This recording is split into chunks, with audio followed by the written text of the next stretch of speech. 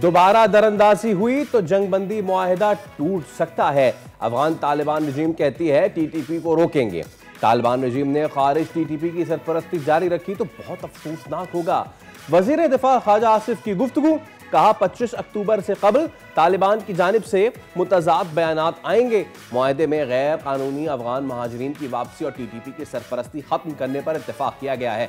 अफगान तालिबान रजीम को पता है कि हमारे पास सबूत मौजूद है। इस्तांबुल इजलास में मांगे गए तो पेश कर देंगे।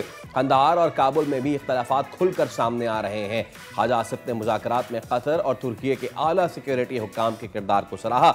भारत की दोबारा जारियत का भरपूर और दुगना जवाब देने का अज़्म। पाक अफगान तूरखम तिजारती गुजरगाह तिजारत के लिए खोलने की तैयारियां। अगले 24 से 48 घंटों में पाक अफगान सरहद खुलने का इम्कान। सफारती जराये के मुताबिक दोनों तरफ के हुकाम ने सरहद खोलने पर असूली इत्तफाक कर लिया। कस्टम्स हुकाम ने अमले को फौरी तौर पर तूरखम टर्मिनल पर हाजिर होने का हुक्म दे दिया। कार्गो गाड़ियों की क्लियरेंस के लिए स्कैनर तूरखम टर्मिनल पहुंचा दिया गया। तूरखम सरहदी गुजरगाह 8 रोज कबल पाक अफगान कशीदगी के बाइस बंद कर दी गई थी। अफगान सिक्योरिटी जराये ने कहा है कि अफगानिस्तान की तरफ भी सैकड़ों की तादाद में मुसाफिर तूरखम सरहद पर पहुंच गए हैं। उन्हें भी इत्तला मिली है कि बॉर्डर खोला जा रहा है। पहले दौरे हुकूमत में मोदी के करीब समझने वाले ट्रंप अब फील्ड मार्शल सैयद आसिम मुनीर के गर्विदा। अमरीकी नशरियाती इदारे CNN ने एतराफ़ किया है कि पाकिस्तान की अस्करी और सफारती हिकमत अमली ने आलमी सतह पर मुल्क का वक़ार बुलंद कर दिया। खित्ते में पाकिस्तान की अहमियत मजीद बढ़ गई। पहलगाम फॉल्स फ्लैग की आड़ में भारत की पाकिस्तान को आलमी सतह पर तनहा करने की कोशिश नाकाम हो गई। तजियाती रिपोर्ट में तजियाकार फरीद ज़करिया का कहना था कि अमरीकी सदर ट्रंप ने अमरीका और भारत के माबैन पॉलिसी का रुख अचानक बदल दिया। मिस्र कॉन्फ्रेंस में ट्रंप ने फील्ड मार्शल आसिम मुनीर को अपना पसंदीदा फील्ड मार्शल करार दिया। Chairman People's Party Bilawal Bhutto से वफाकी वज़ीर दाखिला मोहसिन नकवी की बिलावल हाउस कराची में मुलाकात। सियासी सूरत हाल, अमन अमान पर गुफ्तगू। ज़राए के मुताबिक मुलाकात में वफाकी हुकूमत का पैगाम बिलावल भुट्टो ज़रदारी को पहुंचाया गया। मुलाकात में पाकिस्तान मुस्लिम लीग नून और पीपल्स पार्टी के दरमियान मामलात और इख्तलाफात पर भी बातचीत हुई। वज़ीर दाखिला ने कहा कि वफाकी हुकूमत दोनों इत्तेहादी जमातों के दरमियान पाए जाने वाले इख्तलाफात खत्म करने की ख्वाह है और इस सिलसिले में मुसालहती किरदार अदा किया जा रहा है। दोनों रहनुमाओं ने मुल्क में सियासी इस्तेहकाम और बाहमी ताउन को मजबूत बनाने पर इत्तफाक किया। गजा में मजीद 42 फलस्तीनियों का खून बहाने के बाद इसराइल ने जंगबंदी मुआहदा बहाल कर दिया। सहूनी अफवाज की फिजाई कार्रवाई में खैमों और नसीरात कैंप को निशाना बनाया गया। जंग बंदी नाफिज होने के बाद गजा में 98 फलस्तीनी शहीद हो चुके हैं। हमास ने इल्जामात मुस्तरद करते हुए वाजे कर दिया कि इसराइल जंग दोबारा शुरू करने के लिए बहाने ढूंढ रहा है। हमास रहनुमा की सरबराही में आला सतही वफ़द काहिरा पहुंच गया, जहां वो सीज़ फायर मुआहदे पर अमल दरामद के मामलात पर मिस्री हुक्काम के साथ बातचीत करेगा। यूरोपीय यूनियन ने भी इसराइल को खबरदार किया है कि अगरचे गजा में जंगबंदी का मुआहदा नाफिज हो चुका, लेकिन उनके खिलाफ पाबंदियों का खतरा अभी टला नहीं है। अस्सलाम वालेकुम, खुश आमदीद। भली करे आया जी आया नू बखैर राख ले। वशत के दुनिया बोल है के साथ मैं हूं सैयद फैसल करीम और मैं हूं सारिया Samson. Faisal, it's the good morning for all of us, but आज का आगाज मैं सियासी नाश्ते से करना चाहती हूँ और मेरे पास हैं कुछ मामला। एक नहीं दो items. I think I have 2 things that I want to discuss. एक न शुद्ध दो शुद्ध, तो बताइए फिर yes. क्या क्या मामला है। और वो ये है कि जो पहला टॉपिक है वो ये है कि सदर आसिफ अली जरदारी ने पंजाब में पीपल्स पार्टी और मुस्लिम लीग नून के दरमियान बढ़ते वक्त जो इख्तलाफात हैं उससे हवाले से मुतालिका हलकों के साथ मामलात को उठाने पर इत्तफाक कर लिया है। And at the same time Lahore में होने वाले इस इजलास में पीपल्स पार्टी रहनुमाओं ने वज़ीर आला मरियम नवाज़ के रवैये पर नाराज़गी का भी भाई इजहार किया है और तजवीज़ दी है कि अगर पार्टी को हुकूमत में मुनासिब हिस्सा नहीं दिया जाता है तो उसे अपोजिशन पर बैठ जाना चाहिए, अपोजिशन बेंचेस पर मौजूद होना चाहिए। And at the same time जो मौजूद लोग थे उन्होंने ये शिकायत भी की है कि वज़ीर आज़म पंजाब के मामलात पर मौसर किरदार अदा नहीं कर पा रहे हैं और पीपल्स पार्टी रहनुमा ने सदर जरदारी की जो मशवरा दिया है या कि वो मुतालिका इदारों को आगाह करें कि मरियम नवाज़ पार्टी इत्तेहाद में रुकावट डाल रही हैं और सदर जरदारी ने शुरा से 1 माह का वक्त मांग लिया है और इंदिया दिया है कि वो नवाज शरीफ से मुलाकात में ये मामला उठा सकते हैं। So this is one thing that ये तो हो गया वफाक का मामला। अब मैं जरा एक सूबाई मुद्दा पेश कर दूं अगर आपकी इजाजत हो तो। खैबर पख्तूनख्वा के वज़ीर आला सुहेल आफरीदी ने सूबे में अमन के क़याम के लिए 25 अक्टूबर को ज़िला खैबर के तहसील बाड़ा में एक बड़े आमनी जिरगे का इनेकाद का ऐलान किया है। उन्होंने कहा कि ये जिरगा कबायली अमायदीन, रहनुमाओं और नौजवानों पर मुश्तमिल होगा और सियासी वाबस्तगियों से बालातर रहेगा। और दूसरी ही जानिब नई सूबाई काबीना के लिए मुशावरत भी मुकम्मल हो चुकी है। 2 रोज़ में 8 से 10 वज़रा का ऐलान मुतवक्के है। वज़ीर आला ने बानी PTI से अडियाला जेल में मुलाकात के लिए अदालत से रुजू भी कर लिया है। इस पर अदालत ने एतराज़ात भी उठाए हैं और उसके साथ साथ सोहेल अफरीदी अभी आए और अभी उनके तहफ़्फ़ुज़ात भी शुरू हो गए हैं। उन्होंने ये भी कहा है कि जी वफाक की गलत पॉलिसियों की वजह से खैबर पख्तूनख्वा में सारे मामलात हुए और उन्होंने बुलेट प्रूफ गाड़ी है उनकी शिकायत की कि जो वफाक हमें गाड़ियाँ दे रहा है बुलेट प्रूफ के नाम पे वो बुलेट प्रूफ नहीं है। तो इस सब पे हम बात कर लेते हैं। हमारे साथ सीनियर तज्ज़ियाकार एहतशामुल हक मौजूद हैं और देर में हमें दीगर भी ज्वाइन करेंगे। तो सबसे पहले तो एहतशामुल हक साहब के पास चलते हैं। एहतशाम साहब सुबह बखैर और बहुत शुक्रिया आपके वक्त के लिए। ज़रा पहले इस्लामाबाद की बात कर ली जाए। पूरी कोशिश है कि मसालहत की हंडिया पक जाए और आसिफ जरदारी ने इस हांडी को पकाने के लिए 1 माह का वक्त भी मांग लिया है। क्या लगता है मसालियत की दाल गलेगी या फिर मामला ऐसे का ऐसे ही रहेगा? देखिए, कुछ चीजें जिस तेजी के साथ डेवलप हुई हैं वो तो कुछ सामने नजर आती है। कुछ पसे पर्दा भी बहुत कुछ हुआ है। वो जो है ना वो एक पॉलिटिकल क्राइसिस वो फैसल पैदा कर सकता है। देखिए, अभी तक तो हम जो मामलात देख रहे थे कि इनके इख्तलाफात क्या हैं, वो कभी बात होती थी कि जी हमें फंडिंग में उतना पूरा शेयर MNAs MPs को नहीं दिया जाता, पोस्टिंग ट्रांसफर में हमें नहीं पूछा जाता और ख़ास तौर पे जनूबी पंजाब में जहाँ पे ये सब कुछ हमारे हक में होनी चाहिए चीज़ें उस तरह नहीं हो रही क्योंकि हमने भी इलेक्शन में बहरहाल जाना है। और फिर एक बात बड़ी सामने आई थी कि बेनज़ीर इनकम सपोर्ट प्रोग्राम के बारे में बड़े इख्तलाफात थे और वहाँ में मैं आपको 2 खबरें दूंगा because you guys are doing a great show, it's second to none. एक तो ये है कि वो जो बेनज़ीर इनकम सपोर्ट का प्रोग्राम है ना वो इस वक्त उस तरह से नहीं चल रहा। उसकी वजह है कि वहाँ पे बोर्ड ऑफ डायरेक्टर्स नहीं है और वो मुबीना खालिद जो है वो कहती है कि जी मैं काम नहीं कर सकती, मैं जिस तरह पैसा तकसीम करना चाहती हूँ नहीं हो रहा। दूसरा, उसके जो बेनज़ीर इनकम सपोर्ट प्रोग्राम के जो सेक्रेटरी है ना उनसे उनके बड़े इख्तलाफात हैं। वो चाह रही हैं कि उनको वहाँ से हटाया जाए, फेडरल गवर्नमेंट को हटा नहीं थी। एक ये इशू बना हुआ है। इस पर तो चले इतने मसाइल मुश्किलात नहीं है। असल मुद्दा जो है ना मैं आपको बता देता हूँ, बड़ी खबर ये है कि अब जिस तरीके से आपने देखा कि फील्ड मार्शल की भी मुलाकात हुई थी जरदारी साहब के साथ, मेरी इत्तलात है वहाँ पे भी जो मैं इशू बताने जा रहा हूँ उस पर बात हुई है और इनके दरमियान जो आपने देखा शहबाज शरीफ साहब से भी बात हुई है और इनकी पॉलिटिकल कमेटी जो बनाई गई थी उसमें भी हुई है। वो ये है कि इस वक्त मरकज ने फैसल कर लिया है कि 18वीं तरमीम जो है इसमें तब्दीली लेके आनी है। NFC अवार्ड जो है ना वो उसको तरतीब दोबारा से देना है क्योंकि NFC अवार्ड में 2010 में ये गवादर में इजलास हुआ था, मैं भी वहाँ मौजूद था। वहाँ पे 1 गो में 10% जो है ना वो मरकज से अपना फंड लेके तो बढ़ा दिए गए थे सूबों को। इस वक्त सूरत हाल है कि 60% सूबों को पैसा जाता है, 40% जाता है मरकज के पास। तो हुकूमत चलाने के लिए, दफा के लिए, डेट अदा करने के लिए हुकूमत के पास पैसे नहीं है। ये हुकूमत दे रही है इन पे मरकज पे कि जी आप इसको रिव्यू करें। इस पे पीपल्स पार्टी थोड़ा सा दबक रही है। और दूसरा जो ज्यादा सीरियस मसला है वो है पानी का मसला। देखिए, पानी की तकसीम और 18वीं तरमीम दोनों जुड़े हुए हैं क्योंकि पीपल्स पार्टी ने कहा है कि जी हमारा आखिरी बेस अपना रह गया सूबा सिंध, वहाँ से भी हमारे लिए मुश्किलात पैदा हो रही हैं और वहाँ पे जो कौम परस्त हैं वो इकट्ठे हो गए हैं।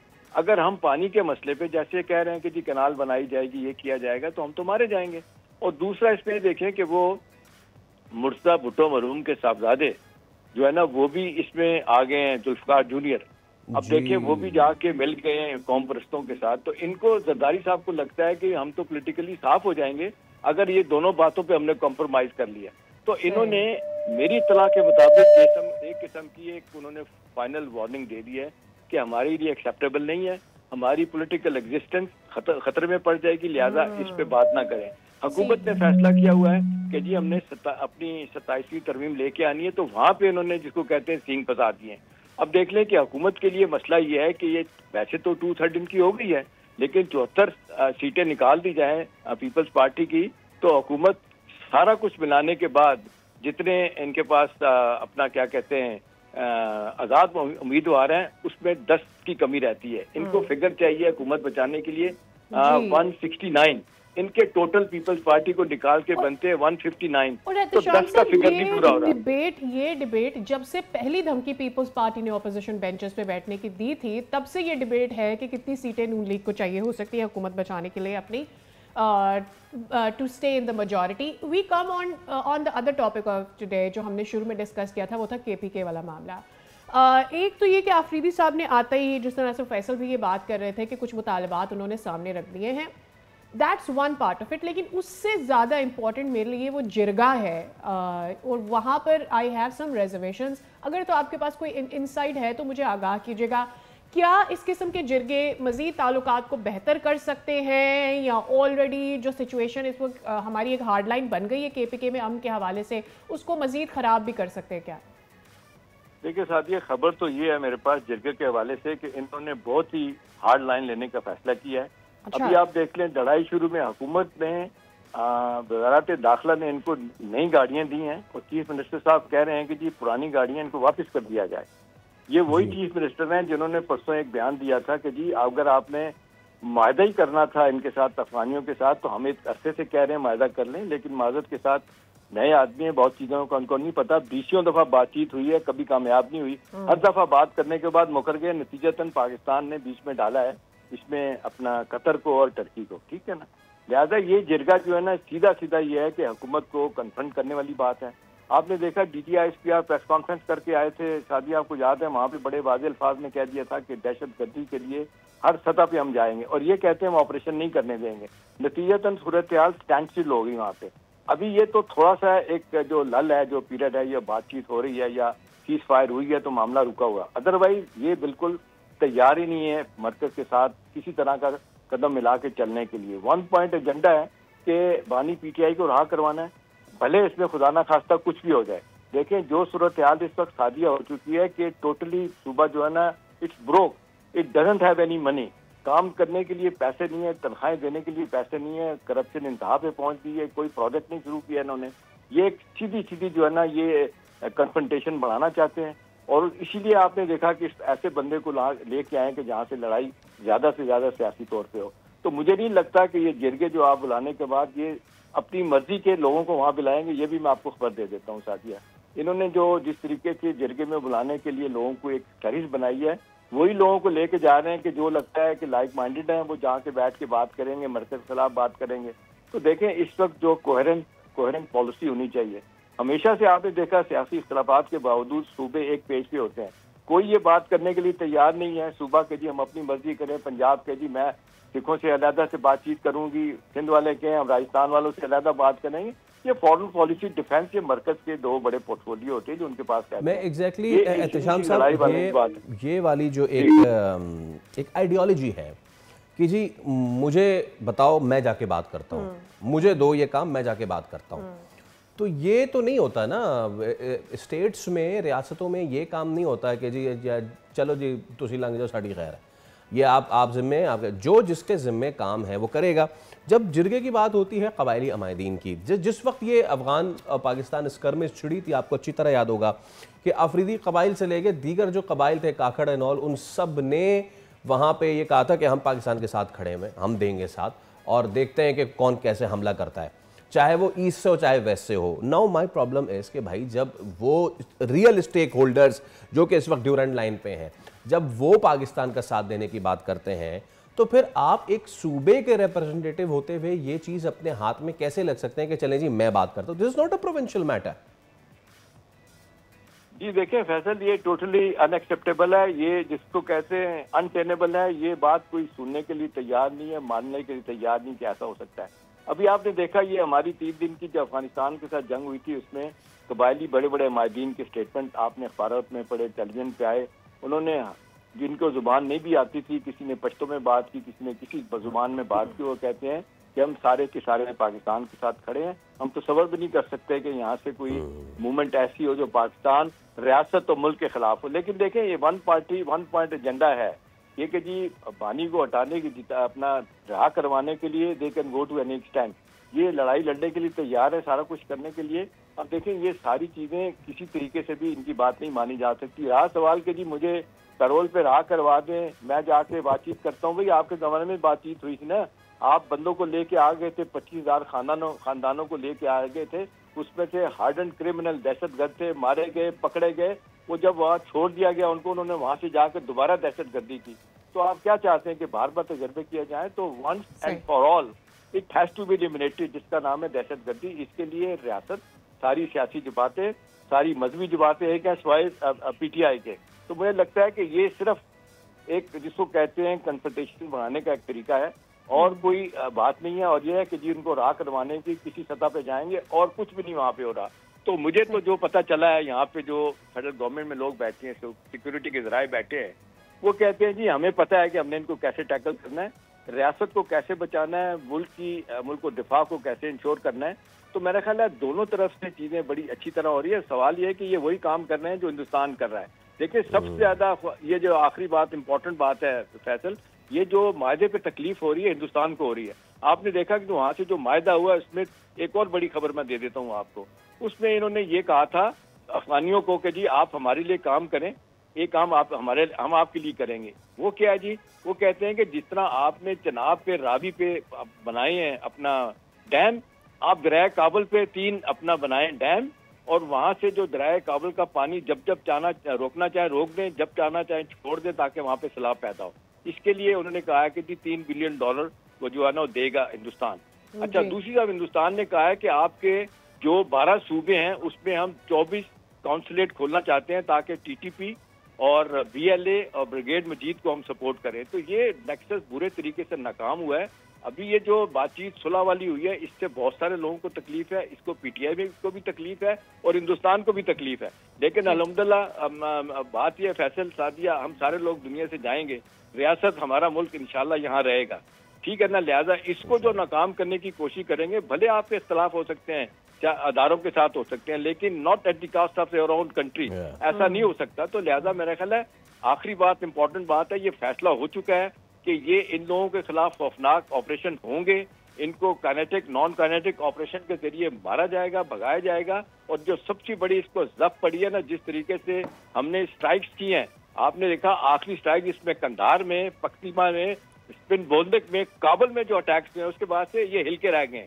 तो ये रोते हुए गए हैं इनके पास, कतर के पास, और पहले सऊदी अरब को कहा, सऊदी अरब ने कतर और तुर्किया को कहा कि बैठ के मसले हल करें। तो हमारी पोजीशन अलहमदा बड़ी स्ट्रांग है, बावजूद इस बात के कि इन्होंने 2 फ्रंट नहीं खोले हुए, ईस्ट और वेस्ट का तीसरा फ्रंट भी खोला हुआ है, 5th जनरेशन वार का भी हिंदुस्तान ने खोला हुआ है, लेकिन अब तक इनको नाकामी हुई है। हमने सारे इनके अरबे नाकाम किए हैं, तो इंशाल्लाह आइंदा भी ऐसा ही होगा। तो बात यह कि रियासत को मजबूत रहना है, रियासत को रहना है, उसके लिए एक रिजॉल्व हुकूमत का है और अपने इदारों का है, सिक्योरिटी इदारों का, कि PTI जो कुछ करती रहे, हमने जो जिस चीज की जरूरत होगी हम जरूर करेंगे। जी ऑल राइट, बहुत शुक्रिया sir, thank you so much for your time, it's play on the show.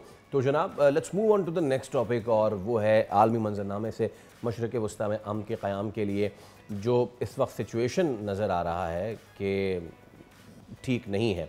और एक तरफ तो अमेरिका जो है, अब शायद अमेरिकी हुकूमत परेशान नज़र आती है क्योंकि जो इसराइल की जानिब से सीज़ फायर पर पाबंदी थी वो हुई नहीं है। लेकिन सादिया, बिफोर वी प्रोसीड, एक चीज़ है कि अमेरिकी नायब सदर JD वैंस ने हैं, उनके साथ सदर डोनाल्ड ट्रंप के दामाद और मशरक़ वस्ता के जो एलची हैं जैरेड कुशनर, और साथ में खुसूसी एलची स्टीव विटकॉफ, उन्होंने जंगबंदी मुआहदे बचाने के लिए इसराइल वो पहुँचे हैं। बट वो कहाँ पहुँचे हैं? इसराइल, ठीक है। और इसराइल का अपना माइंडसेट क्या है? उनके एक वज़ीर हैं जिनका आप भी तस्करा करती रहती हैं, बिन गवेर, उन्होंने क्या गुफ्तगू फरमाई है, आपको पहले सुनवाते हैं, फिर देख लेते हैं कि अमेरिका कैसे उनके साथ टैकल करता है। प्लीज सुनवाइए। इस जंग का मकसद है हमास को खत्म करना। सबसे अहम काम यह है कि हमास का मुकम्मल खात्मा करना है ताकि वो बचे ही ना। नेतन्याहू ने मुझसे वादा किया है और मैं इस्राएली पार्लियामान में इसको दोहराऊंगा कि वो अपने वादे पर कायम रहें। मैं मुतालबा करता हूं कि लड़ाई दोबारा शिद्दत से शुरू की जाए, कब्जा करने के लिए, कुचलने के लिए और जीतने के लिए। तो ये थी बेन ग्वेर की बात। लेकिन एक चीज़ जिस पर कल से मैं हर जगह देख रही हूँ, ये खबर फैली हुई है कि क्या डोनाल्ड ट्रंप हमास से डरे, क्योंकि कल एक फ्लोट कर रहा था हमास के एक रिप्रेजेंटेटिव का इंटरव्यू जिसमें उन्होंने ये कहा है कि हम हथियार नहीं डालेंगे। सो अगर आप हम चाहते हैं कि हम बिल्कुल यहाँ से चले जाएं, ऐसा नहीं होगा। हम स्लोली एंड ग्रेजुअली इस पूरे मामले को देखेंगे। हम नहीं चाहते कि हम अपने आप को डिसआर्म कर दें और उसके बाद इसराइल की जानिब से वो जहरियत जारी रहे, जिसके बाद हमने देखा कि डोनाल्ड ट्रंप का कोई और बयान फिर बाद में नहीं आया। So this is actually the situation right now. साबिक सफीर और तजज़ियाकार डॉक्टर जमील अहमद खान साहब हमारे साथ मौजूद हैं। डॉक्टर साहब अस्सलाम वालेकुम और बहुत शुक्रिया आपके वक्त के लिए। सर, आपने अपने टेन्योर में बहुत से ऐसे मुआहदे देखे होंगे, बहुत से आई मीन किए होंगे या समथिंग लाइक दैट। मैं इस मुआहदे की अगर जेनेसिस पे जाऊं, अब तो हम इसके रिपरकशंस देख रहे हैं ना, और हम ये रोना गाना कर रहे हैं कि यार ये तो होना ही था, जिस हिसाब से इसराइल का माइंडसेट चल रहा है, जो वो करना चाह रहे हैं। But from the very birth of this मुआहदा, आपको लगता है कि ये इतना अच्छा था कि ये दोनों पार्टीज को पाबंद कर पाता, या फिर it was just a face saving for the Netanyahu and company? नहीं, इसमें ये काफी जाविये हैं इसके जवाब देने में। पहली बात तो ये कि मुआहदा है, जी हम इसको मुआहदा कह रहे हैं, लेकिन ये अगर इंटरनेशनल कानून के मुताबिक देखा जाए तो ये इसकी इंटरनेशनल कानूनी फ्रेमवर्क में कोई हैसियत नहीं है। लेकिन बहरहाल 8 ममालिक इसमें शामिल हैं, अमेरिका शामिल है, तो इसकी एक मल्टीलैटरल अहमियत है। कानूनी अहमियत इसकी नहीं है, क्योंकि कानूनी अहमियत उस वक्त होती है जब कोई एग्रीमेंट एक जेनेवा अकॉर्ड के तहत किया जाए और उसको वहां ले जाया जाए अगर उसकी खिलाफ वर्जी होती है, और उसकी डिपॉजिटरी यूनाइटेड नेशंस है। किसी एग्रीमेंट का भी जो ममालिक आपस में एग्रीमेंट करते हैं उसका डिपॉजिटरी यूनाइटेड। ये तो हो गई फ्रेमवर्क की बात। अब आ जाते हैं, ये मुआहदा बहरहाल मजबूत है क्योंकि इसमें 8 ममालिक शामिल है और साथ में डोनाल्ड ट्रंप की इसमें पूरी जिंदगी की साख शामिल है। क्योंकि उनकी साख शामिल है इसलिए ये अहमियत का हामिल है। अब रहा सवाल कि इजराइल के तरफ से राइट विंग और उनके मिनिस्टर का आपने अभी बयान दिखलाया, ये वही मौक़िफ़ है जो इजराइल के शुरू से जो उनके मजहब में भी कि जी जहां आपके सब मज़ाहमत होती है या आप तस्वर करते हैं वहां के बच्चे, औरतों, बूढ़ों सबों को मारना जायज है, तो वो वही बातें कर रहे हैं जो उनके अकीदे में है। तो इसीलिए जब 3 लाख अफराद को ट्रैप कर लिया था गजा के नॉर्थ एरिया में और उनको कहा था कि अगर आप कल तक नहीं निकलते हैं तो आप तमाम के तमाम तस्वर किए जाएंगे कि आप टेररिस्ट हैं, तो लिहाजा उनका कत्लेआम करना था उन्होंने। बहरहाल 8 ममालिक ये आए, डोनाल्ड ट्रंप बीच में आए, तो ये मामला थम गया। तो ये मामला शुरू से हम कह रहे हैं कि जिस किस्म का ये हम मंसूबा बता रहे हैं या इसको फ्रेमवर्क कह लेते हैं, ये फ्रेमवर्क इसमें बड़ी फ्रेजाइल किस्म की नेचर है इसकी। आपने देखा कि जो कल गुज़श्ता शब जो आज से पहले रात गुजरी है उसमें ये इल्ज़ाम लगाया गया और इसमें सबूत भी इजराइल पेश कर रहा है कि मेजर यानीव कोला और एक सार्जेंट जो है वो फौत हो गया क्योंकि एक इंसिडेंट रफा में हुआ था। वो रफा में इंसिडेंट हमास कह रहा है कि भाई हमने नहीं किया ये अबू शबाब एक फोर्स, एक गैंग है जिसको आप आर्म कर रहे हैं, वो हमसे लड़ रहा है, हम उसका जवाब दे रहे हैं। तो इजराइल को भी प्रॉब्लम ये है कि जिस तरह ईरान में इजराइल ने मुखालिफ ग्रुप को खड़ा करके इजराइल की हुकूमत को तब्दील कराने की कोशिश की, अब ईरान की हुकूमत को तब्दील कराने की कोशिश की, अब इजराइल वही खेल हमास के खिलाफ खेल रहा है। तो ये उसका था। लेकिन बहरहाल एक इंसिडेंट हुआ, उसके फौरन बाद कहा गया और उनके डिफेंस मिनिस्टर की तरफ से इजराइल के कहा गया कि हमने सीज फायर की ताबेदारी यानी मुआहदे की पासदारी दोबारा शुरू कर दी है। तो इस वक्त सीज फायर वहाँ है, लेकिन इस सीज फायर में 80 से ज्यादा वायोलेशन हो चुके हैं क्योंकि वो ब्लू लाइन से उनकी फौजें इजराइल की येलो लाइन पे हैं जो कि 1.5 से 3 मील दूर है वो ये वहाँ, और जब वो चाहते हैं हिट एंड रन मार के वापस चले जाते हैं।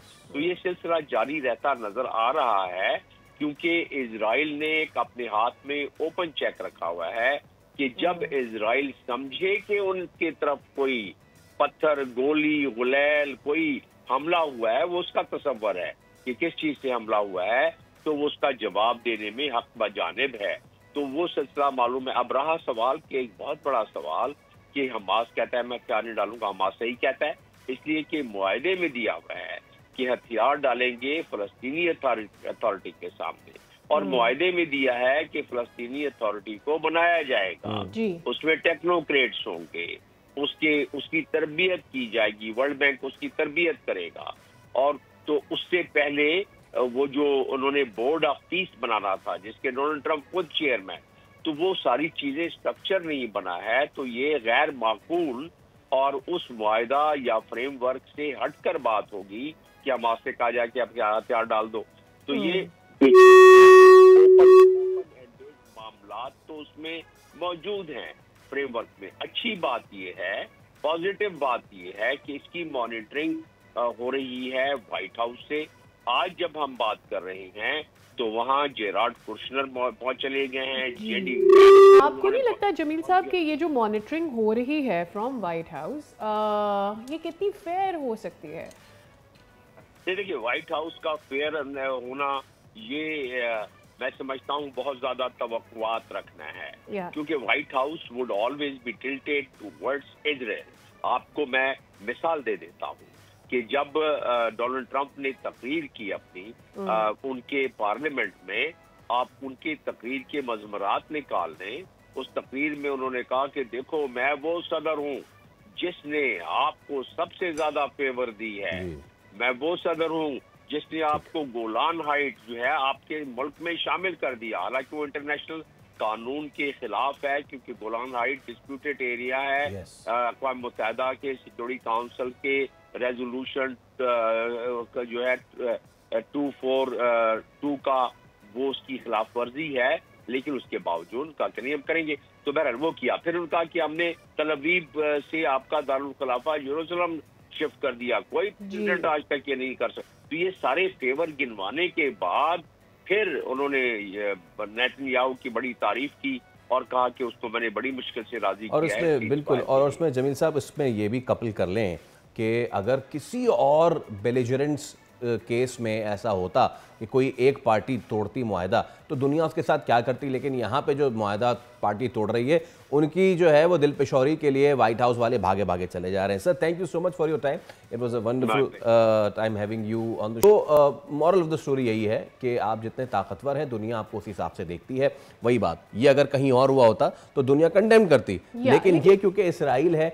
इसलिए जैरेड कुशनर और सारे मिल बांट के वहां पे गए। Very good initiative. कल मोहम्मद नजल का जो इंटरव्यू आया, who is Hamas representative, I was looking up, उसके बाद थोड़ा सा मुझे ऐसा लगा कि बैकफुट पर गया है वॉशिंगटन भी, जहां पर उन्होंने ये दोबारा से याद कराया कि जी 3 से 5 साल का ये मुआहदा है। उससे पहले भी कुछ कमेटियां हैं जिनके बाद बनने की बात हुई थी। जब तक वो नहीं हो सकती, आप हमारे ऊपर दोबारा सीज फायर की खिलाफ वर्जियां नहीं कर सकते। चलें, अभी हम एक ब्रेक लेते हैं, उसके बाद दोबारा हाजिर होंगे। Stay with us.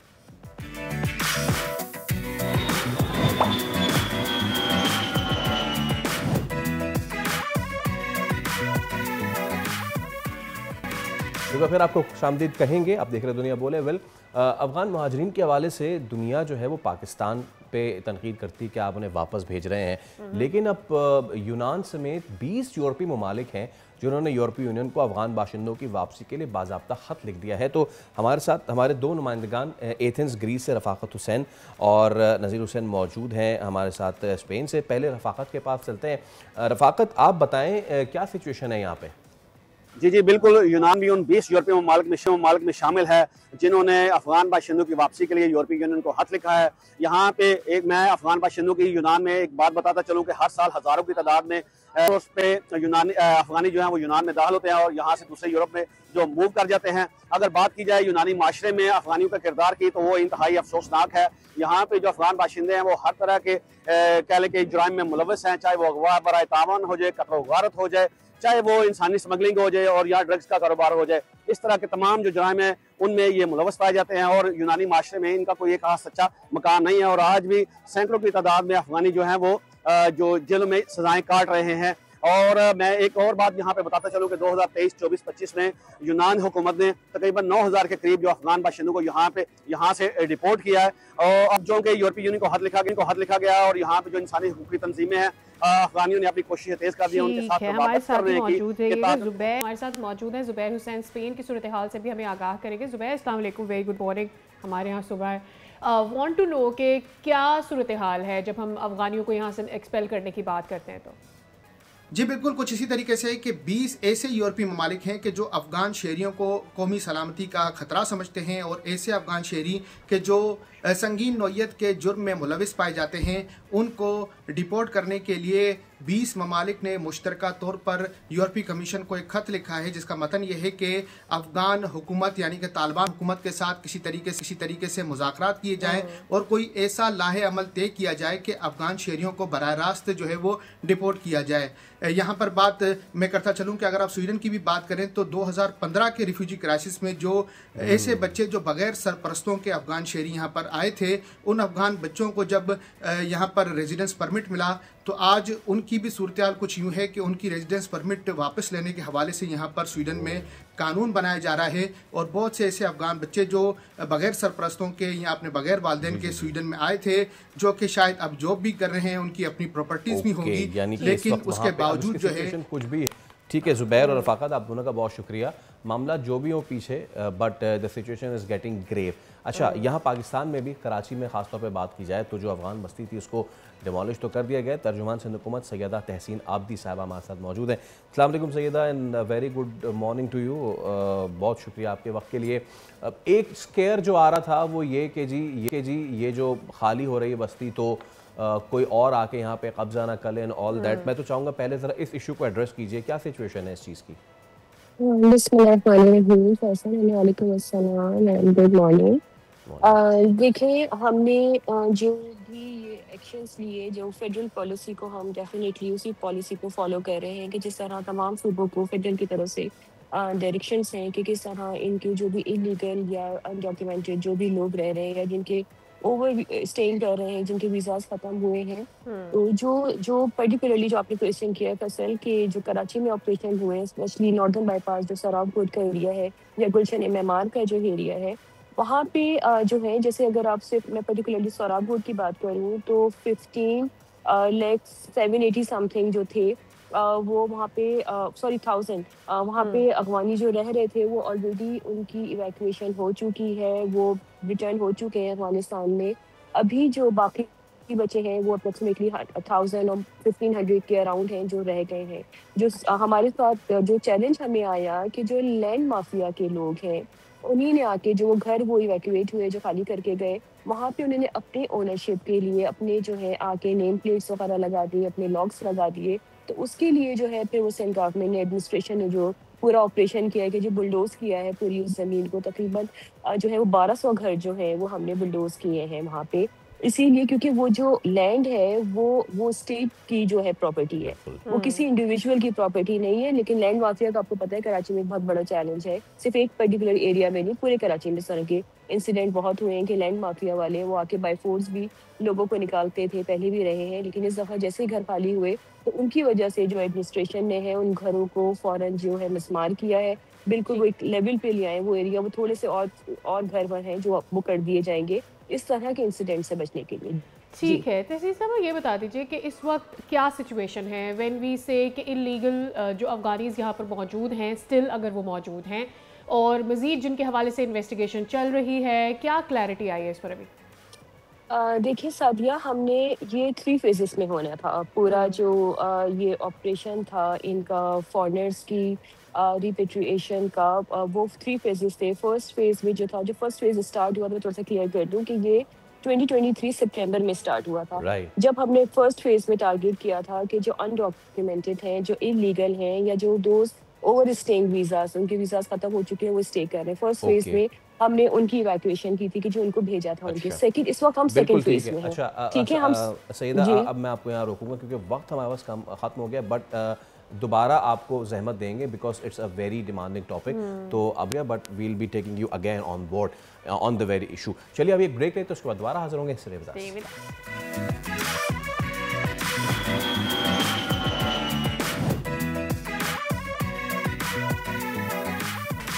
मीडिया बोले में आपको कहते हैं एक बार फिर से खुशामदीद। सेकेंड ऑफ द वीक और सर्दियाँ जैसे जैसे आ रही है हम देख रहे हैं कि एयर में जो स्टैटिक पार्टिकल्स हैं वो लोगों की रेस्पिरेटरी के लिए प्रॉब्लम बनते जा रहे हैं। इधर कराची में तो नहीं but there in Lahore and rest of the Punjab में सूरत हाल ज़्यादा नज़र आ रही है।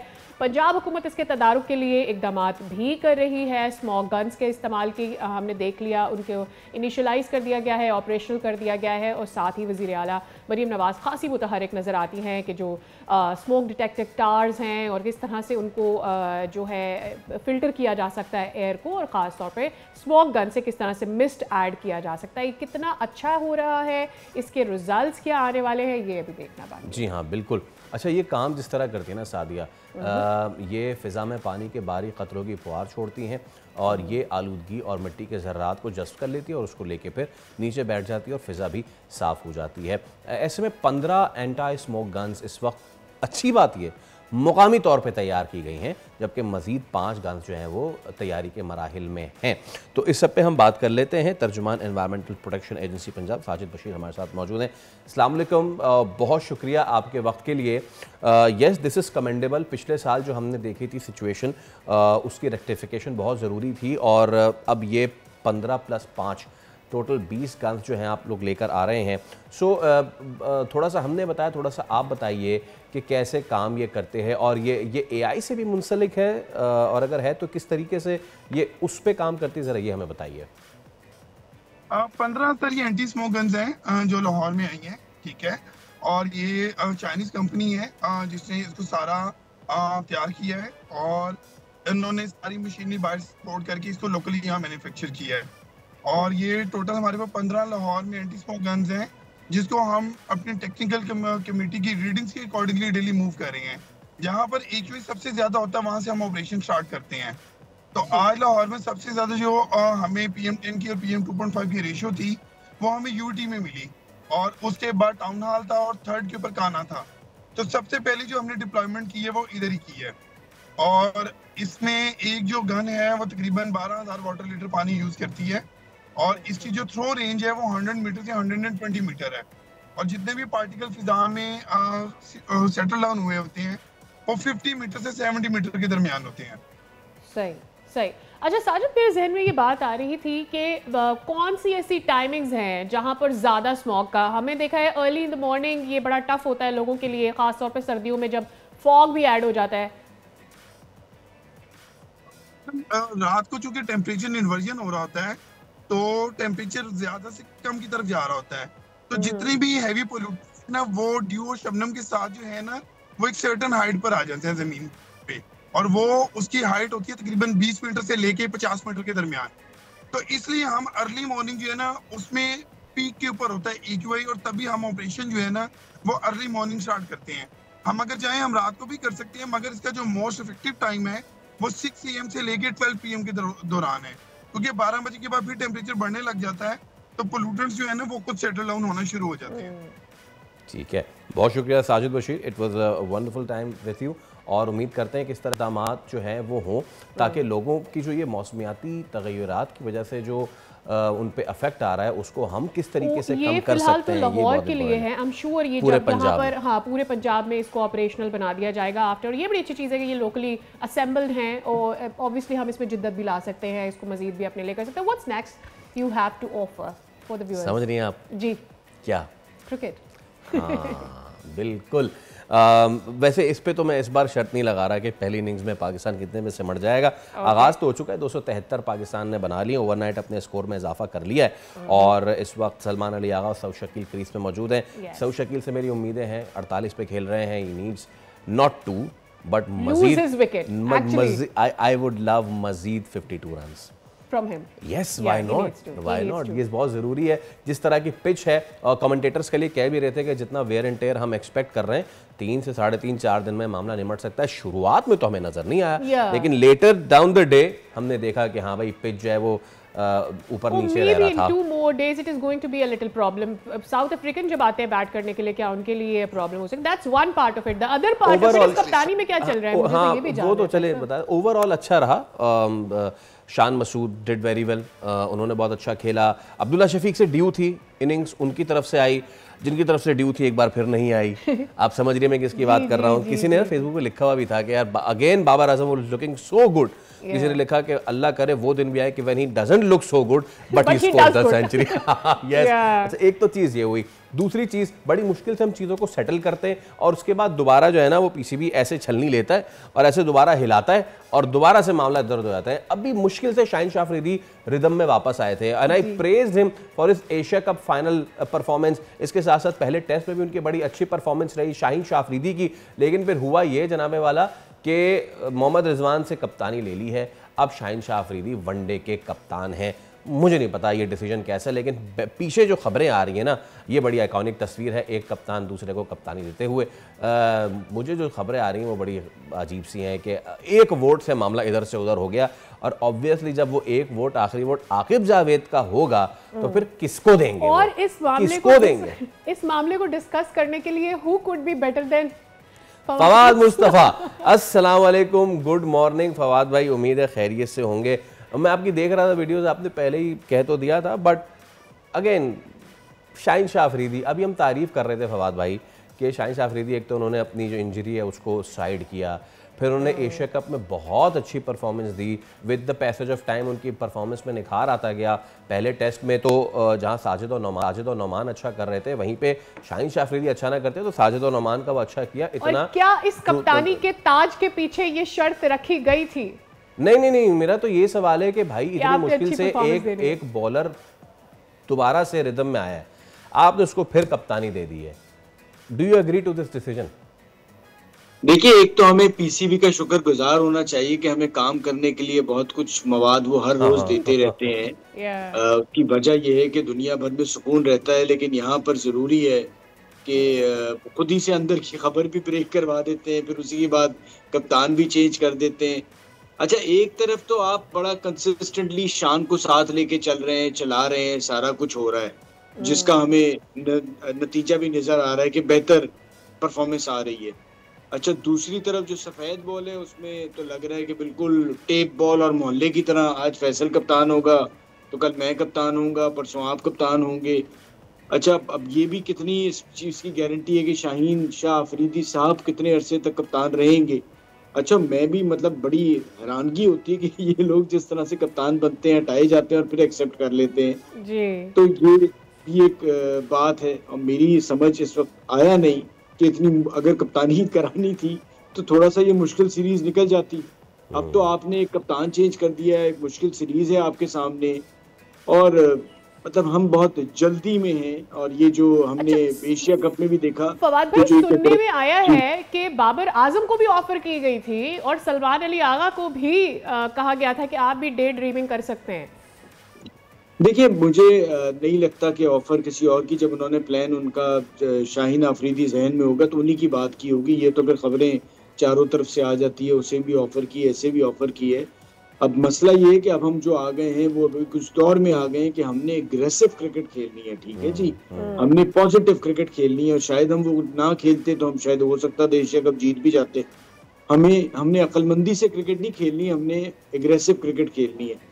भाई, जो सिचुएशन है उसके हिसाब से खेलना है आपने। इसी तरह कप्तान की बात है कि भाई इतनी क्या जल्दी है, एक आदमी सेटल है, कप्तानी कर रहा है, या तो एक वजह होगी कि शायद एज अ प्लेयर भी रिजवान को हटाना चाह रहे होंगे तो वो कप्तान थे तो हटा नहीं सकते। यही एक रीजन नजर आ रहा है कि जी आपने विकेट कीपर भी नया लेके आना है सफेद बॉल में, हालांकि वो T20 में भी नहीं कामयाब रहे, लेकिन फिर भी अगर आपने सोच लिया है हटाना है तो मुझे ये ख्वाहिश पर किया गया फैसला ज्यादा लग रहा है रादर के। मैं तो चाय की प्याली में एक कंट्रोवर्सी भी स्टर कर रही हूँ। मैं ये बोल रही हूँ कि ये फैसल जो कह रहे हैं कि जी अभी तो परफॉर्मेंस आना शुरू हुई थी शाहीन शाह अफरीदी की, मैं ये कह रही हूँ कि क्या ये परफॉर्मेंस इसीलिए आई थी क्योंकि उन्हें कप्तान बनाना था? उसमें मेरा भी सवाल ऐड कर लें फवाद भाई, इसमें मेरा भी सवाल ऐड कर लें कि एक प्लेयर जो इंजरी प्रोन है, जो इससे पहले इंजर होता रहा है, उसको आपने कप्तान बना दिया है। सिवाय वसीम अकरम के कोई भी टीम फास्ट बॉलर को कैप्टन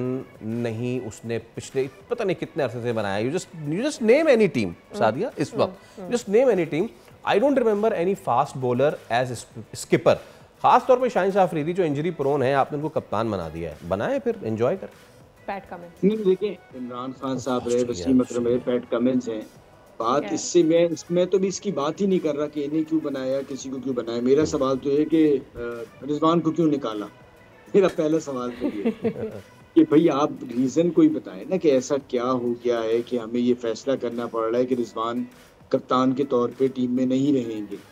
ऐसा क्या हुआ है, ये सबसे बड़ा सवाल है। कप्तान बनाना तो बात की बात है, रिजवान को क्यों निकाला, तो वो मुझे सबसे परेशान कुन लग रहा है। और आपने T20 में भी मैं आपसे उस वक्त भी बात कर रहा था कि रिजवान के हक में ज्यादा बात थी कि आपने वो ज्यादती की as a wicket keeper batter. अभी भी वो पाकिस्तान का नंबर 1 क्रिकेटर है अगर विकेट कीपर बैटर के तौर पे किसी भी फॉर्मेट की बात करें आप। तो जब उसके करीब तरीन कोई नहीं है, बट आपने डिसाइड किया अगर उसको निकालना है, मुझे नहीं पता कि अगर आप पर्सनली किसी चीज पे नाराज हो गए, सरफराज को भी ऐसे निकाला था कि नहीं शक्ल पसंद आ रही है नहीं रखना, तो वो एक अलग बात है। लेकिन ऑल्टरनेटिव भी तो देखे ना। हमारा जो एक पास्ट है कि किसी को कप्तानी से हटाने का मकसद ये है कि आप उसे टीम में से भी निकाल देते हैं। हमारे पास रिजवान का ऑल्टरनेटिव एज अ बैटर और एज अ विकेट कीपर कौन है? हमने हारिस की विकेट कीपिंग देख ली अभी लेटली। नहीं कोई नहीं है, ये सच बात है, कोई नहीं है। लेकिन बस बात ये है कि जी बादशाह सलामत है, मर्जी है, क्रिकेट बोर्ड है, जिसको चाहे हटा दे, जिसको चाहे ले आए।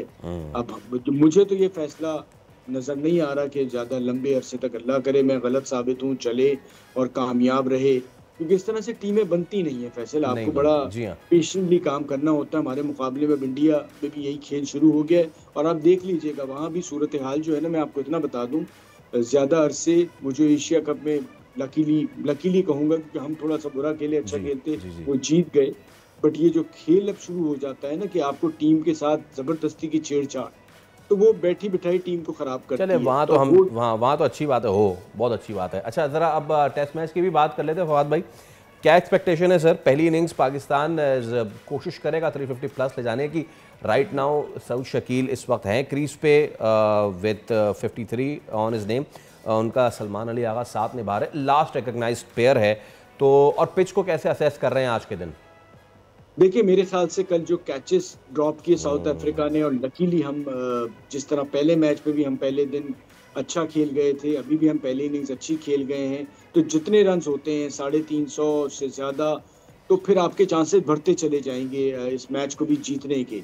साउथ अफ्रीका पे प्रेशर ज़्यादा है एंड मुझे तो ये लगता है कि जो एक एडवांटेज था इनिशियल वो हमने ले लिया है, और ये टेस्ट मैच भी हमें जीत के 2-0 से ये सीरीज जीतनी चाहिए, ये मुझे नज़र आ रहा है। और अब आपके पास 3 स्पिनर्स भी हैं, तो ये एक और एडवांटेज है आपके साथ। अच्छा खबर तो हमने यही सुनी थी फवाद भाई कि ये पिच जो है इसको ज़रा टर्निंग कर दिया गया है, अदरवाइज हम रावलपिंडी के लिए यही नहीं एक्सपेक्ट करते अलॉट फॉर द बॉलर्स। तो क्या मैं एक्सपेक्ट करूं down on the third day और मे बी आज आखिर में जाके पिच थोड़ा सा डिफरेंट करेगी बिहेव? देखिए मुझे लगता है साउथ अफ्रीका ने एक तो कप्तानी अच्छी नहीं की, मुतस्वामी से बॉल ज्यादा नहीं कराया, उसके साथ साथ बॉलर्स ने भी उतनी अच्छी बॉल नहीं की। अब देखना ये कि पाकिस्तान आगे किस तरह से गेंद करता है। अच्छा। उस तरह से बॉल नहीं की जिस तरह से करनी चाहिए थी, फिर कैचेस छोड़े, तो बहुत सारी गलतियां साउथ अफ्रीका ने की, हमें जिसका बहुत ज्यादा एडवांटेज मिला। आपको सिचुएशन मुख्तलिफ नजर आएगी और ये विकेट लाहौर की तरह ही या उससे थोड़ा खराब भी बिहेव करेगी जितना मुझे लग रहा है। साउथ अफ्रीका किस तरह खेलता है, साउथ अफ्रीका ज्यादातर बहुत ज्यादा तेज खेलने के आदी हैं और इन कंडीशंस में मुश्किलात उनको पहले टेस्ट में भी नजर आई और इसमें भी नजर आएंगी, तो इसलिए मुझे लगता है कि पाकिस्तान को एक एडवांटेज मिल चुका है ऑलरेडी। ओके। और फवाद भाई हम सबका फेवरेट सवाल, बाबर आजम, कल उन्होंने इनिंग्स का आगाज़ किया, उन्होंने चौके लगाना शुरू किए, एक बार फिर क्राउड पुलर हैं बाबर, और ये तो प्रूव हो गया क्राउड पुलर हैं, बट रन्स पुल नहीं हो पा रहे उनसे। अगेन स्पिन पे आउट, कैसे करेंगे डिसिफर कल की बाबर के डिसमिसल को? सर मेरे बहुत सारे दोस्त नाराज हो जाते थे जब मैं उस वक्त भी कह रहा होता था कि जी रेड बॉल पे फोकस करें, T20 एशिया कप में नाम नहीं आया तो आप जीत गए हार गए, इससे आगे बढ़े और जाके डोमेस्टिक क्रिकेट खेलें। सर बारी तो लेनी आ रही है, वो 2-2 घंटे हमने पहले भी बताया था नेट पे बारी कर रहे हैं, स्पिनर्स के साथ कर रहे हैं। जब आप मैचेस खेलते हैं तो आपको लंबी इनिंग्स और इनिंग्स बिल्ड करने की आदत होती है। शान मसूद काउंटी क्रिकेट का पूरा सीजन खेल के आ रहे हैं, मामूल हक अभी ग्रेड 2 क्रिकेट खेल के आए थे। ये लड़के भी सारे मैच से पहले फर्स्ट क्लास का मैच खेल के आए, लेकिन बाबर ने खेलना पसंद नहीं किया। अब ये उनके अपने ऊपर है। देखिए कि उन्होंने प्रेशर इस तरह का अपने ऊपर लाद लिया है, मैं कहूँगा कि वो अपने आप को जिस लेवल पे ले गया कि अगर 100 लोग आ रहे हैं तो 90% जो उन्हें देखने आ रहे हैं, तो उस प्रेशर को कैसे हैंडल करना है वही बेहतर जानते हैं। और उसका एक ही तरीका है कि वो जाके मैचेस खेलें। अब आने वाली मुश्किल और इनिंग और मुश्किल होगी।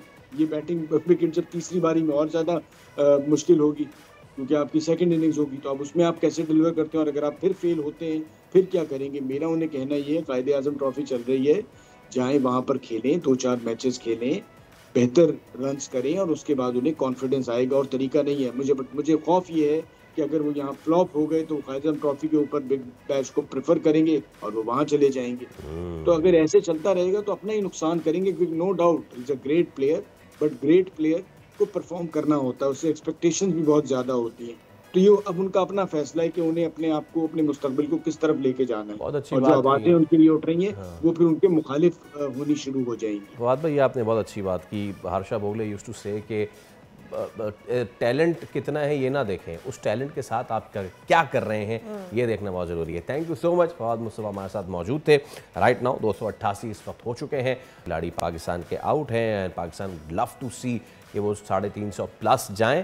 पहला सेशन इस वक्त स्टार्ट हो चुका है। सलमान अली आगा 28 पे और सऊद शकील 53 पे। सऊद शकील फैंस उनको आज सेंचुरी करते देखना ज़रूर चाहेंगे, लेकिन हम भी देखना चाहेंगे, हम और भी कुछ देखना भी चाहेंगे और दिखाना भी चाहेंगे। whenever वाइल्ड लाइफ की बात होती है, I get excited because I've got a thing for... We get excited on nature anyways. Anyways, तो लाहौर के चिड़ियाघर में नए ज़राफ़ों को खुशामदीद कहने के लिए तैयारियां जो है वो मुकम्मल कर ली गई हैं और बच्चे भी नए मेहमानों को देखने के लिए बेताब है। There you go। और उनको इनके जो ट्रांसपोर्ट हल्की सी झलक भी दिखा दी भाई साहब ने। तो हमारे नुमाइंदे अफजाल अब्बासी से हम जान लेते हैं कि अफजाल क्या प्रेपरेशंस हैं और क्या तैयारियां हैं। जी अफजाल बताइए। जी बिल्कुल, इस वक्त मैं मौजूद हूँ लाहौर के चिड़ियाघर में, जहाँ पर बच्चों का जो तवील तरीन इंतज़ार है 8 साल का, वो अपने इख्तिताम को पहुँच रहा है। क्योंकि यहाँ पर लाहौर के ज़ू में जो है वो सिर्फ़ एक मादा ज़राफ़ा है और जो बाकी नर ज़राफ़ा है वो 3 साल पहले उसका इंतकाल हो गया था। और अब सीएम पंजाब, वज़ीर आला पंजाब मरियम नवाज़ ने जो है वो ट्वीट के ज़रिए एक्स पर अपने बयान में कहा कि नए ज़राफ़े जो हैं उनकी खेप पंजाब में पहुंच चुकी है, क्वारंटाइन उनका मुकम्मल हो चुका है और लाहौर के चिड़ियाघर में इस वक्त नए मेहमानों को खुश आमदीद कहने के लिए जो है तमाम तर इंतज़ामात जो हैं वो मुकम्मल कर लिए गए हैं। और बच्चे जो हैं वो बड़ी बेताबी से जो हैं नए ज़राफ़ों के मुंतज़िर हैं। कुछ बच्चे हमारे साथ मौजूद हैं। बताइएगा, आप मेरे आगे हैं नए ज़राफ़े देखने, लेकिन अभी आए नहीं, कितनी बेचैनी से आप वेट करें नए ज़राफ़ों के? एक्साइटेड थे मज़े आने के लिए। हमें वो काफ़ी दिनों से इंतज़ार थे कब आएंगे ये, हम बहुत ज़्यादा एक्साइटेड हैं इनके लिए। अच्छा, तो जब नए ज़राफ़े आ जाएंगे फिर दोबारा आएंगे चिड़ियाघर? उनको देखने आएंगे? जी बिल्कुल, यहाँ पर बच्चे जो हैं वो काफ़ी एक्साइटेड हैं। उनका कहना है कि जो ही नए ज़राफ़े अपने इस नए घर में आते हैं तो हम उन्हें देखने के लिए ज़रूर आएंगे। एक बार फिर चिड़ियाघर का रुख करेंगे। मेरे कैमरामैन अगर आपको दिखा सकें तो यहाँ पर जो तैयारियाँ हैं वो की जा रही हैं, इंतज़ामात मुकम्मल किए जा रहे हैं। ये नया घर है नए ज़राफ़ों का जो साउथ अफ्रीका से मंगवाए गए हैं। उनके लिए यहाँ पर तमाम तर जो इंतज़ामात हैं उनको आखिरी मराहिल में मुकम्मल किया जा रहा है। ये अकेली मादा ज़राफ़ा है लाहौर के चिड़ियाघर में और इसके साथ जो नर ज़राफ़ा है वो अब कुछ दिनों में जो है उसको लाहौर के चिड़ियाघर एक अच्छा एडिशन है फॉर द एंटरटेनमेंट पर्पस। अच्छा, 2 इसमें चिड़ियाघर और बाकी जो है वो सफारी पार्क में रखे जाएंगे। Safari park is way better, क्योंकि साथ ही आपको याद है कुछ दिनों कबल जब हमने जो कराची चिड़ियाघर में जो हिमालयन ब्राउन बेयर थी रानो, जब उसकी बात की थी, एक अच्छी बात ये हुई है कि फिर कोर्ट ने वो मैटर टेकअप किया और अब उसको भी जो है सेंचुरी मुंतकिल करने का कह दिया गया है। अगर आप लाहौर वर्सेस कराची के जू की बात करें तो ज़मीन आसमान का फ़र्क है। अभी लाहौर जू में आई रिसेंटली विजिटेड इन अगस्त, तो वो बहुत अच्छा कर दिया है। सारे जो केजेस हैं उनको बड़ा कर दिया गया है। उनका हैबिटेट जो है वो बेहतर करने की कोशिश की गई है वहाँ पर। उनकी लिविंग कंडीशंस भी वहाँ पर बेटर हैं। लेकिन स्टिल आई वांट टू से ज़ू इज़ अ ज़ू। ठीक है। सो सफारी पार्क पे ज़्यादा बड़ी जगह है, वहाँ पर आप ज़्यादा एनिमल्स को स्पेस दे सकते हैं। सो ये है कराची में जो हमने ब्राउन बेयर के साथ किया था। बाद में आपको याद होगा हमें ये भी बताया गया था कि उसके जख्मों में मैगट्स पड़ गए और फिर उसको टेकअप कर लिया ना। फिर अच्छी बात ये हुई कि सिंध हाई कोर्ट ने जो कराची चिड़ियाघर के तमाम जानवरों की सेहत और हालत ज़िंदगी की रिपोर्ट जो है वो तलब की, और उसके बाद जो ब्राउन बेयर थी रानो, उसको इलाज के लिए जो सेंचुरी है महफूज पनागा वहां मुंतकिल करने का भी हुक्म दे दिया था। तो चले, कुछ अच्छा हुआ, कुछ इसमें contribution. It sets a president once for all the animals जो लाए जाते हैं। And I one more time I want to say कि ज़ूज़ एनिमल्स के लिए है। और इस पे हम एक और भी चीज़ Sadia, let's work on this as well, कि जो फिशिंग कैट है जो बहुत रेयर है, वो इस वक्त हैदराबाद के रानी बाग में कैद है। हम कोशिश करते हैं कि ज़रा उस पर भी अपने कॉरेस्पॉन्डेंट से ले अपडेट, क्योंकि वो आप कैद नहीं कर सकते उसको। हम इस पे मजीद बात भी करेंगे आगे आने वाले शोज़ में। अभी हम एक ब्रेक ले रहे हैं, उसके बाद दोबारा हाजिर होंगे। Stay with us.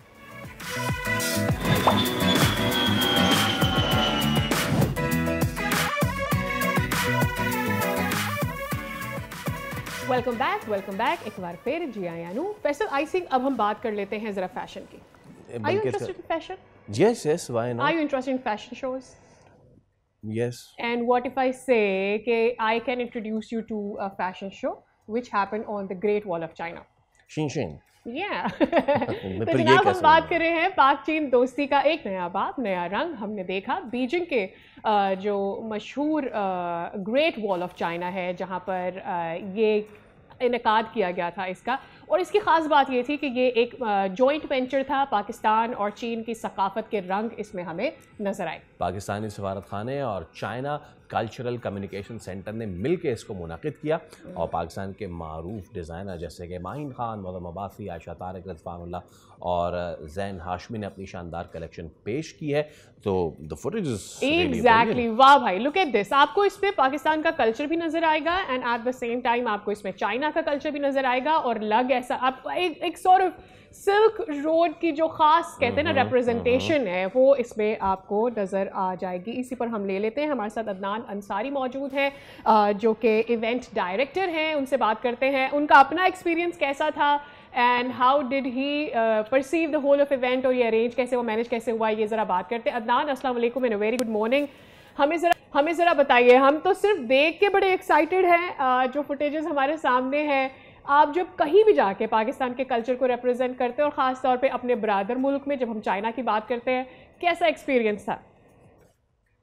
देखिए, आपको मेरी मुस्कुराहट से लग रहा होगा कि मैं अभी तक इतना ओवरवेल्म्ड हूँ कि मुझे यकीन ही नहीं आ रहा कि दुनिया के 7 अजूबे में से एक ग्रेट वॉल ऑफ चाइना जो है, वहां पे जाना ही बहुत बड़ी बात थी मेरे लिए। ये मेरे लिए क्या, किसी के लिए भी हो सकती है, किसी भी पाकिस्तानी, किसी भी घूमने फिरने वाले के लिए वहां जाके फैशन शो करना, it's a dream come true. मेरे लिए भी, डिजाइनर्स के लिए भी, पाकिस्तान के लिए भी, क्योंकि हमने ना सिर्फ साउथ एशियन और पाकिस्तानी और चाइनीज फैशन इंडस्ट्री में एक हिस्ट्री बनाई है, बल्कि एंटायर वर्ल्ड किसी ने फैशन शो उस जगह पे बार्लिंग पे नहीं किया। इसकी एक और थी खास बात कि आपको पता है कि 60 साल पहले इस पे यहाँ पे जो विजिट थी इनकी प्राइम मिनिस्टर की, उसको सेलिब्रेट भी किया गया था। जब thanks to the ambassador of Pakistan in Beijing mister Khalil Hashmi, जिन्होंने मुझे इतनी बड़ी अपॉर्चुनिटी, गोल्डन अपॉर्चुनिटी दी और मुझ पे भरोसा किया, आई वाज वेरी स्कैर्ड कि किस तरह से होगा, क्योंकि देखिए एक बहुत बड़ा खुला मैदान है। अब मैं आप लोगों को ये बता दूं कि आपने उस वक्त जो तस्वीर और फुटेज देख रहे हैं उसमें आपको कुछ नजर नहीं आ रहा, लेकिन वहां पे ऑलमोस्ट टेम्परेचर 5 डिग्रीज था, लेकिन वो लग -5 रहा था। डिजाइनर्स हम सब पीछे ठटर रहे थे, लेकिन जब हम काम कर रहे होते तो हम सब भूल चुके थे और हम ऐसे लगे हुए थे सब एक साथ कि वो you know the energy, the oomph, that power, the Great Wall of China। मैं उस चाइना ग्रेट वॉल मेरे लेफ्ट पे होती थी, शो के बीच में मैं होता था, शो राइट पे होता था, तो I used to look at the show and the wall of China. तो मेरे आंखों में लिटरली आप सोचें कि आंसू आ जाते थे या मैं ओवरवेल्म्ड गूज़बम्स आ जाते थे। मेनी कांग्रेचुलेशंस टू यू और पूरी फैशन इंडस्ट्री को। एक माइलस्टोन था ये आपके लिए एंड आई एम श्योर आप लोगों के लिए ये बड़ी अचीवमेंट है।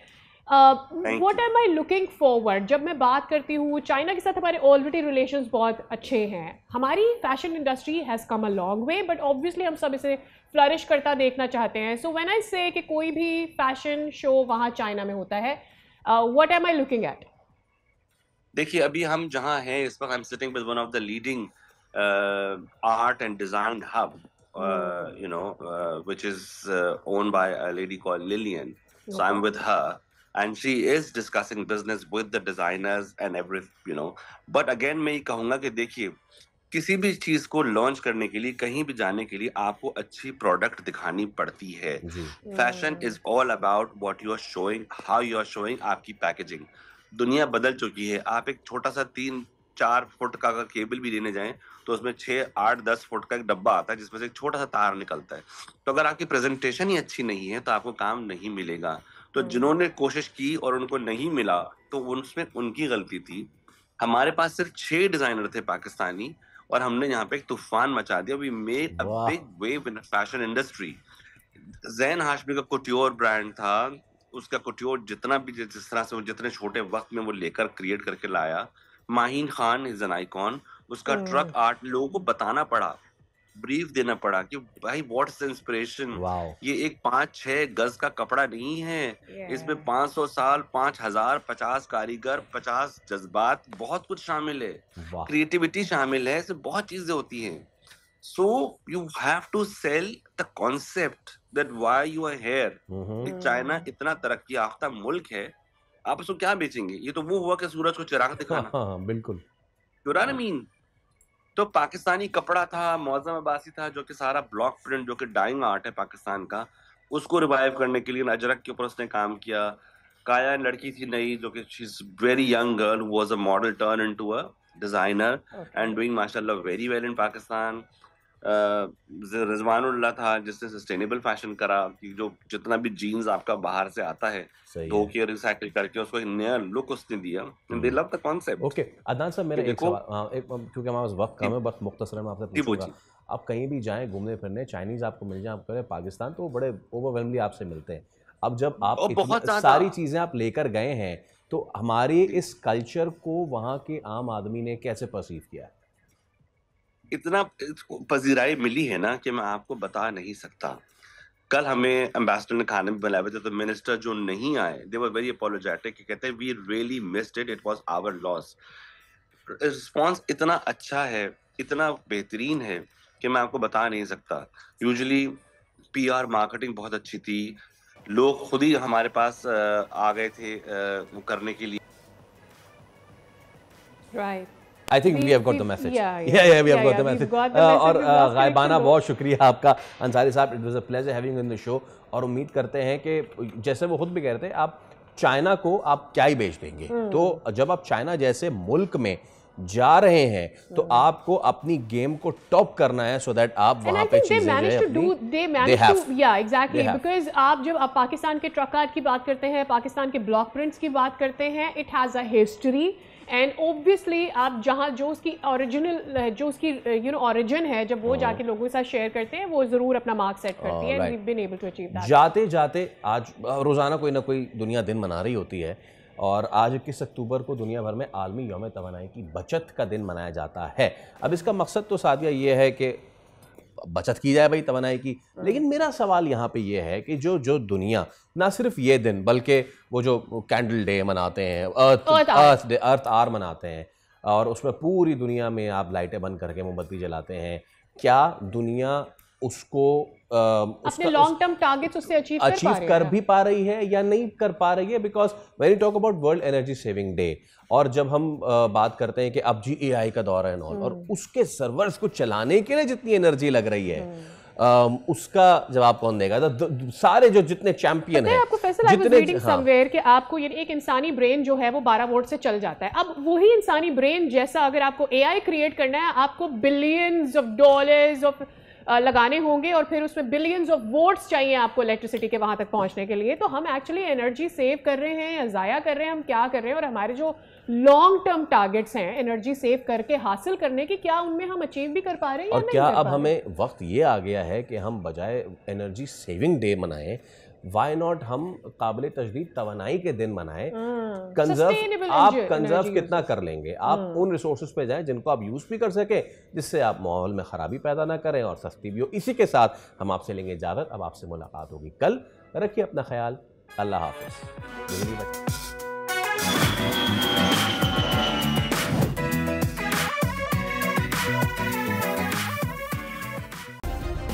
सब्सक्राइब करें और बेल दबाएं ताकि कोई खबर रह न जाए।